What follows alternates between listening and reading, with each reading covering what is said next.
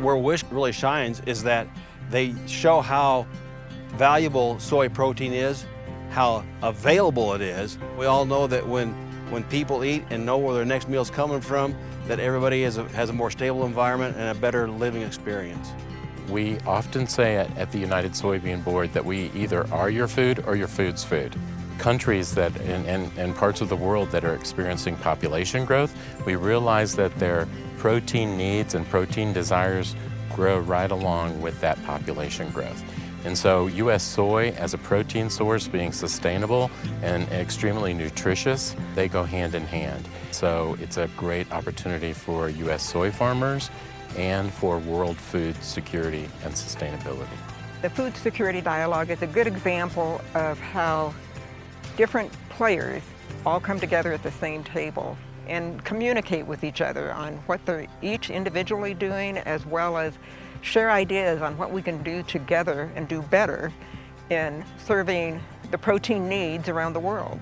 The world population still needs U.S. soy, our high-quality soy protein content, for their food source, for the near future, and for beyond, hopefully. WISHH was designed to be able to help developed countries to grow. It's an essential portion to train people how to have nutritious food, to have a high-protein soy content-based meal, and hopefully through that, in the long run, they may become avid buyers of our soybeans. When I start this journey of the soybean for myself on the farm, I'm starting every year with a plan. But usually the U.S. farmer, when he thinks of his plan of soybean production, it ends at the end of a growing season with either the sale or the storage of that soybeans.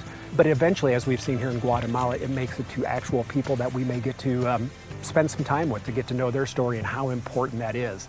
Part of my job, my role here, my responsibility is to take that story back to the U.S. farmer, to the Illinois farmer, to my neighbor, to share that more intimately so that they might begin to start to understand that it's a very deep relationship that has profound effects on some people.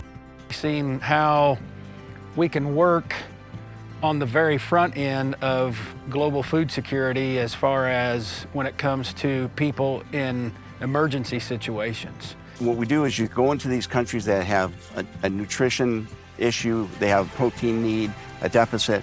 So you look at how do we improve their food systems, whether it's improving their livestock production, whether it's improving aquaculture, whether it's, in some cases, directly putting soybean into their human food for consumption, for supplementing that protein need.